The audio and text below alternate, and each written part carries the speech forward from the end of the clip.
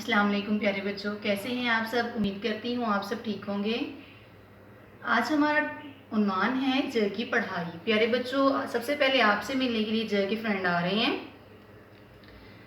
आपसे मिले हैं जहाज, जहाज, जहाज। इसका नाम है जहाज, जहाज, जहाज। अब आपसे मिलने के लिए आ रहा है जाला, जाला, जाला, जाला, जाला, जाला।